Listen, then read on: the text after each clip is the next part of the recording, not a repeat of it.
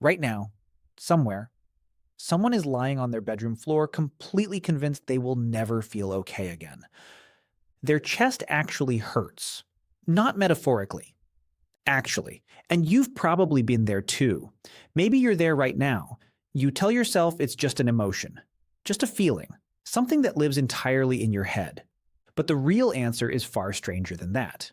Heartbreak isn't just emotional, it's chemical, physical, and in some ways, almost identical to withdrawal from a drug. And once you understand what's actually happening inside you, most of the advice you've been given starts to look like it was never built to work in the first place. Start with the pain itself. When people describe heartbreak, they almost always use physical language: a broken heart, a weight on the chest, a pain in the gut. For a long time, scientists assumed this was just a figure of speech, a poetic way of describing something that was purely psychological. Then, in 2011, a social psychologist named Ethan Kross ran an experiment that changed how researchers thought about this completely. Cross put recently heartbroken participants into an fMRI machine and showed them a photo of the person who had rejected them. The brain regions that lit up were the same regions that activate during actual physical pain, not similar regions, the same ones. Your brain, in a very real sense, does not fully distinguish between a broken heart and a broken bone. This connects to earlier work by a social psychologist named Naomi Eisenberger, who studies something called social pain. Eisenberger found that rejection and physical injury share overlapping neural circuitry, particularly in a region tied to processing distress. Her research helped explain something that used to sound like an exaggeration. When you say a breakup physically hurts, you are not being dramatic. You are being accurate. There's an even stranger study that builds on this. A researcher named Nathan DeWall wanted to know if something as simple as an over-the-counter pain reliever could reduce emotional pain, given how much overlap exists between physical and social pain in the brain. In his study, participants who took acetaminophen daily for 3 weeks reported measurably less hurt feelings from social rejection than participants who took a placebo. Brain scans backed it up. The pain-related brain activity was lower in the group taking the medication. Nobody is suggesting a pain reliever fixes heartbreak, but the fact that it moves the needle at all tells you something important. This isn't just sadness, it's registering biologically as an injury. Now add another layer. A biological anthropologist named Helen Fisher spent decades studying romantic love using brain imaging, working closely with neuroscientist Lucy Brown. Fisher's research found that early-stage romantic love activates the same dopamine-rich reward circuits in the brain that are activated by cocaine. Falling in love isn't just an emotional experience. It's a neurochemical one, built on the same reward pathways your brain uses for addictive substances. So when that source of reward is suddenly removed, what happens? Fisher's later research on rejected lovers found something remarkable. The brain doesn't just feel sad. It goes looking for its next hit.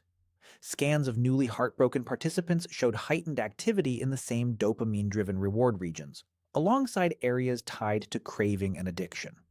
Heartbreak, according to Fisher's work, behaves less like sadness and more like withdrawal. Think about what that means. You're not just grieving a person.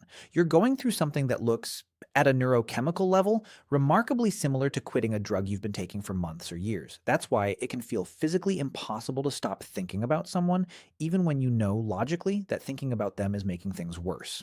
Your brain isn't being irrational. It's doing exactly what a brain in withdrawal does. It's searching for the substance it got used to. So now think about the advice. The most common suggestions for getting over someone are almost universal. Delete their photos, go no contact, distract yourself, get a rebound, give it time. Some of this advice holds up under research. Some of it doesn't do nearly what people assume it does. Take distraction first, since it's probably the most common suggestion of all. Keep busy. Fill your calendar. Don't sit with it. There's some truth here, but it's more limited than people think. Distraction can lower the intensity of a craving in the moment, the same way distraction can help someone resist a cigarette. But research on craving, including studies modeled on addiction recovery, consistently shows that distraction alone doesn't reduce the underlying neural attachment. It just delays when you feel it. The craving is still there afterward. often waiting exactly where you left it. There's a physical dimension to this too, one that goes beyond the brain scans. When researchers measure stress hormones in people going through a breakup, cortisol levels are often significantly elevated, sometimes for weeks. Elevated cortisol doesn't just make you feel anxious. It disrupts sleep, suppresses appetite, or triggers overeating, and can even weaken immune function temporarily.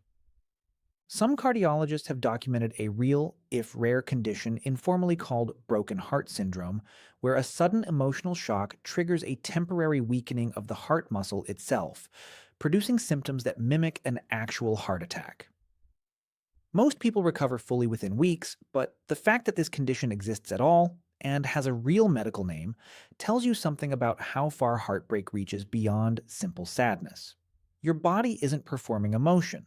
It's responding to loss the way it might respond to any other major physiological threat. Take one of the more interesting pieces of research from a cognitive scientist named Sandra Langeslag. Langeslag studies emotion regulation in romantic contexts, and one of her key findings involves something called cognitive reappraisal. In her studies, participants who were guided to deliberately reframe their feelings toward an ex, focusing on negative qualities or reasons the relationship wouldn't have worked, showed reduced romantic love feelings on later assessments compared to participants who simply suppressed their emotions or did nothing. This matters because it points to something distraction alone can't do. It's not about ignoring the feeling, it's about actively rewriting the story your brain is telling about the person. This lines up with a separate finding from psychologists Grace Larson and David Sparra, who studied breakup recovery through writing exercises. Participants who wrote structured narratives making sense of their breakup, describing what happened and why in a way that gave the experience a coherent story, showed better emotional recovery over time than those who didn't. The people who processed the story, rather than avoided it entirely, tended to heal faster. This directly challenges the popular idea that the fastest way through heartbreak is to simply not think about it at all. So, what about time? Everyone says time heals, and in a limited sense, that's true.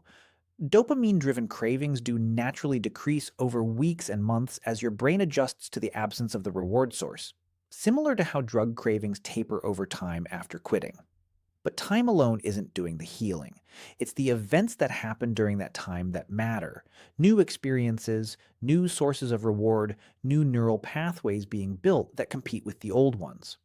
This connects to something called self-expansion theory, developed by psychologist Arthur Aaron.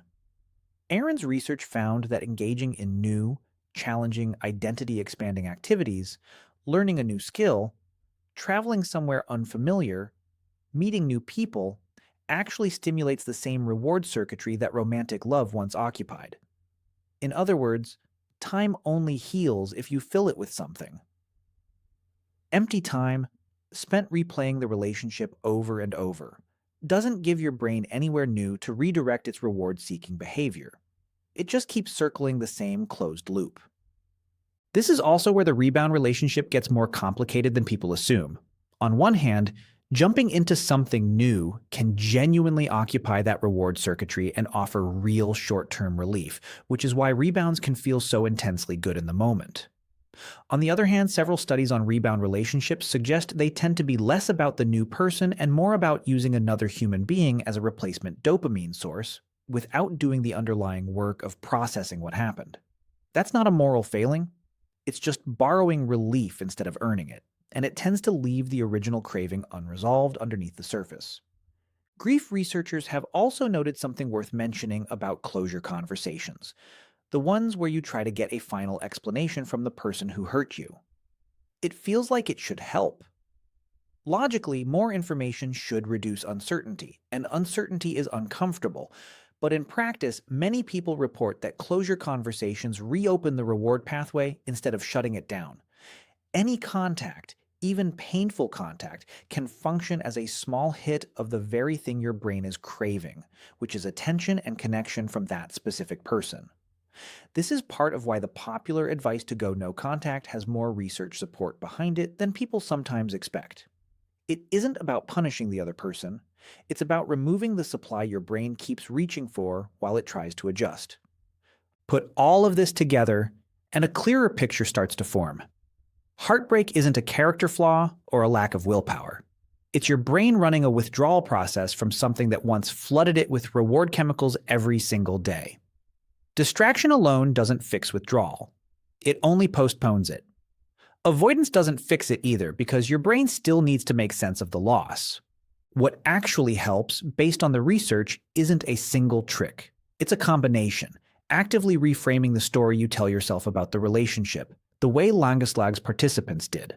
Processing the experience into a coherent narrative rather than pushing it away, the way Larson and Spara's participants did, and filling the empty space left behind with new, genuinely rewarding experiences that give your brain something else to attach to, the way Aaron's self-expansion research suggests.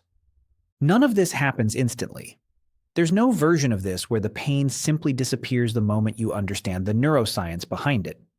But there is something strangely comforting in knowing that what you're feeling isn't a personal weakness. It's not proof that you're too sensitive or too attached or somehow doing grief wrong. It's a predictable, well-documented biological process, one that has been measured, scanned, and studied across thousands of participants who felt exactly what you're feeling right now. So the next time your chest tightens at a memory, or you catch yourself reaching for your phone to check if they've texted, remember what's actually happening underneath it. That's not weakness. That's a reward circuit searching for something it lost. And slowly, through new stories, new experiences, and time that's actually filled with something, that circuit rewires itself around something else. Right now, somewhere, someone is lying on their bedroom floor completely convinced they will never feel okay again. And somewhere else in a few months, that exact same person is going to look back and realize their brain already knew the way out. It just needed the right kind of time to get there.